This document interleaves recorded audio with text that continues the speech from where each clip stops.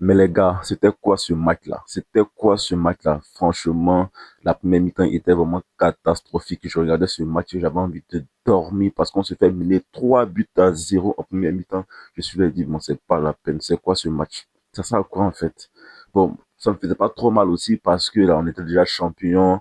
On doit jouer contre Paris Saint-Germain en Ligue des Champions. Donc, c'est pas un match important. Faut pas mettre les organes. Mais moi, j'y croyais pas franchement. Je me suis dit, bon, c'est terminé. Voilà, on a déjà pris la Bundesliga, il n'y a pas d'enjeu et tout. Donc, même si on perd, ça fait rien, mais perdre aussi 3 buts à 0, c'était aussi grave. Donc, non, bon, j'étais étonné, quoi. Mais après, au retour des vestiaires, c'était une chose vraiment incroyable qui s'est produite. C'est quoi compagnie donne à ses joueurs dans le vestiaire? Parce qu'il faut le dire, en fait. Deuxième mi-temps, métamorphose de l'équipe. Tout le monde a changé ça. Oh putain, ça laisse sans l'œuvre. Vraiment, c'était incroyable ce match-là. C'était incroyable ce match-là. Mené 3 buts à 0 à la mi-temps, au retour des vestiaires. Score final 4 buts à 3. Vraiment, les gars, nous sommes trop forts, les gars. Nous sommes trop forts. Et puis, en fait, c'était pas important de gagner, en fait, mais ça prouve ici que le Bayern, vraiment, c'est une équipe qui est sérieuse, c'est une équipe qui fait rien lâcher. Compagnie, tu donnes quoi à tes joueurs dans les vestiaires? Faut nous dire ça. Faut nous dire, parce que c'est commence à être incompréhensible, on comprend pas. Qu'est-ce que tu donnes aux joueurs dans les vestiaires? Parce que vraiment, c'est incroyable. Ou peut-être aussi que c'est un défi, parce que là, on gagne trop les matchs, bon, il y a plus d'enjeux et tout. Donc, on veut se challenger, en fait. On veut se donner des challenges, on veut essayer d'apporter un peu du tonus au jeu, parce que voilà, on a déjà gagné, il n'y a pas d'adversité et tout. Donc, compagnie dit que qu'est-ce qu'on va faire? On va essayer de faire un handicap, c'est-à-dire que on va donner 3 buts à l'adversaire. Voilà, un avantage, 3 buts à l'adversaire. Puis après, on revient. Voilà, c'est notre challenge du jour. Aujourd'hui, les gars, calmez-vous. On va faire quelque chose de très intéressant, comme étant donné qu'on a gagné déjà la Bundesliga et qu'il n'y a pas trop, voilà, il n'y a pas trop de tonus. On va faire quelque chose. En premier mi-temps, vous menez 3 buts à 0. Bon, on vous mène plutôt 3 buts à 0 et au des vestiaires, vous remontez le score. Ils disent, ok, on va essayer de voir. Donc, tu vois, c'est un challenge, en fait. Et ils ont relevé ce challenge-là. Au retour des vestiaires, 4 buts à 3, c'est mort, en fait. Le Bayern est trop méchant. Et puis en fait, bon, je sais pour rigoler, c'est pas fait exprès, mais je pense que c'est une bonne opération aussi. Et cette fois-ci là, ça montre un peu le caractère du Bayern, parce qu'on se rappelle sur comment il s'appelle là, Thomas Tuchel, on n'avait pas cette mentalité-là. Et ce Bayern-là a cette mentalité de gagner, en fait. Et moi, ça me plaît beaucoup. Ils ont cette mentalité de gagner, de se transcender, de ne jamais baisser espoir. Il y en a vu face au Real Madrid, bien vrai qu'ils encaissent vite, ils reviennent, ils réagissent. Ensuite, encore ils encaissent, ils réagissent. Après, ils viennent gagner ce match-là. Et moi, vraiment, c'est vraiment quelque chose de positif face au PSG. On a le mental. Parce que la Ligue des Champions aussi, c'est vrai qu'il y a les talents physiques, il y a tout et tout. Mais il y a aussi le mental. Le mental aussi compte.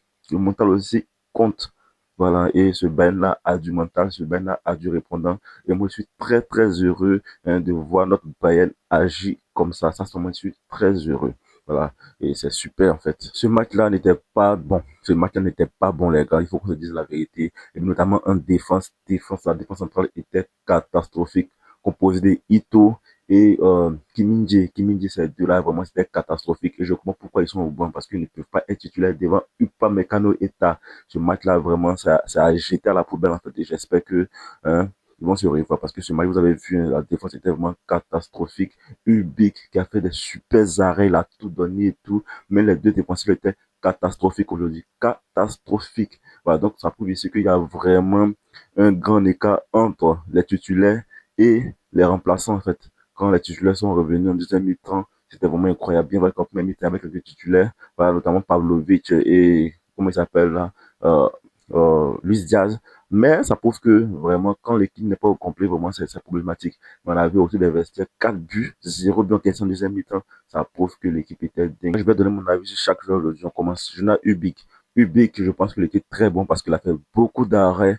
Il a fait beaucoup d'arrêts, des parades incroyables. Bien vrai qu'il encaisse 3 buts, mais je pense que c'était un très bon match. Pour ceux qui ont suivi le match, s'ils ne se tiennent pas qu'au score, regarde l'ensemble du match. Il était très bon dans le match aujourd'hui. Et moi, je pense que c'était un très bon match de sa part. Ensuite, nous avons Ito et Kim Min-jae. Ito et Kim Min-jae, pour moi, c'était catastrophique. Ito, très mauvais aujourd'hui. Kim Min-jae aussi très mauvais. Après, nous avons Alfonso Davis. Alfonso Davis, plutôt, je pense qu'il s'est pas mal débrouillé. Il a joué son foot vraiment avec quelques vitesses, mais je pense que ça manquait aussi de lucidité. comme aussi hein, contre les mecs qui s'est donné aussi, c'est un joueur que j'aime beaucoup. Mais hein, il pouvait faire mieux, il pouvait faire mieux. Cette première mi-temps a vraiment été catastrophique et toute l'équipe était catastrophique. Ensuite, nous avons Ndiaye. Ndiaye, lui aussi, son match n'était pas bon parce que euh, il m'a pas convaincu. Il m'a pas convaincu, il pouvait faire mieux. On attendait beaucoup de lui parce qu'il avait fait une entrée vraiment très folle lors de son dernier match. Donc, on s'est dit qu'il pouvait faire beaucoup, mais il y a eu trop de déchets, il y a eu trop de pertes de balles. Mais je pense que comme c'est un petit, c'est un nouveau, là, il faut pas trop taper dessus. Et puis aussi, il n'était pas bien entouré. Il pourra s'en sortir, je pense que dans les prochaines rencontres. Voilà, dans ce match, non, ce match-là, c'était pas du tout bon. Alors, pas du tout bon. Alexander Pavlovic, je pense que, ouais, c'était moyen. Voilà, c'était moyen. Il pouvait aussi faire mieux. Vraiment que, il a géré le mieux, il était le meilleur but hein, dans ce match-là, mais je pense que il aurait pu faire mieux aussi. Après, nous avons un Raphaël Guerreiro. Raphaël Guerreiro, c'était pas bon. Voilà, c'était pas bon. Comme je l'ai dit, toute l'équipe là, était vraiment éclatée au sol. C'était pas bon du tout. Il pouvait faire mieux aussi, Raphaël Guerreiro. Mais voilà, c'était pas aussi bon que ça. Après, nous avons Goreska. Goreska aussi, hmm, c'était pas aussi bon. Il faut qu'on se dise la vérité, Goreska aujourd'hui aussi, c'était pas bon. L'équipe était éclatée. Léon Goreska pouvait faire mieux aussi. Et je pense que son match n'a pas convaincu. Voilà. Je parle seul beaucoup. Je pense que beaucoup n'ont pas été convaincus par la prestation de Laurent Goreska. Après, Luis Diaz, lui, il a tenté de belles choses, il a tenté de belles choses, il a essayé de créer du danger, mais ça suffisait pas, en fait, ça suffisait pas. Il devait faire plus, il devait montrer plus d'engagement et tout. Mais tu vois, c'est souvent ça le foot, hein, souvent ça marche pas, il faut accepter. Après, nous avons Nicolas Jackson. Nicolas Jackson, en deuxième mi-temps, il a marqué, sinon, en première mi-temps, c'était catastrophique avec des passes, des mauvais choix, un peu aussi orgueilleux, il n'aime pas trop faire la passe. Mais le plus important, il marque. Mais en tout cas, son match n'était pas aussi ouf que ça. Voilà, il marque un but, mais je pense qu'il aurait pu bien faire parce que, voilà, moi, je suis pas convaincu, même s'il a marqué. Après aussi, en deuxième mi-temps, il y a eu des changements, notamment l'entrée de Jamal Musiala. Jamal Musiala qui est en train de reprendre son meilleur niveau parce que le mec, on sait, il est tellement talentueux et il est en train de reprendre son meilleur niveau. Franchement, la blessure de Gnabry, c'est vrai que ça fait mal.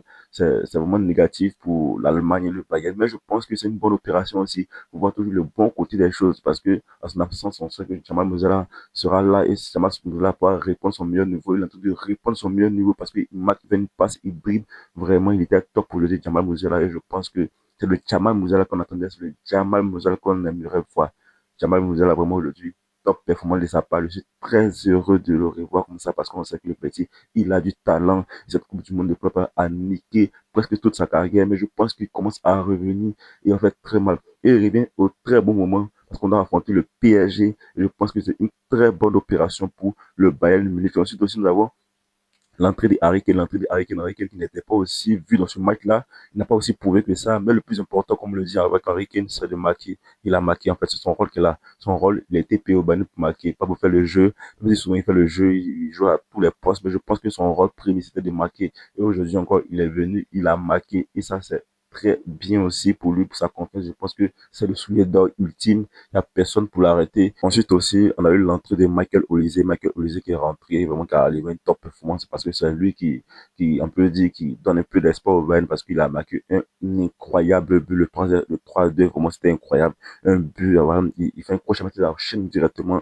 But, le gars, il a même pas vu venir, vraiment, franchement, Olise. Le gars, il est tellement fort, mais aussi tellement nonchalant parce qu'il marque un superbe but, ne se lève pas et coup, il s'en va se repositionner. Le gars, mais, il me fume en fait.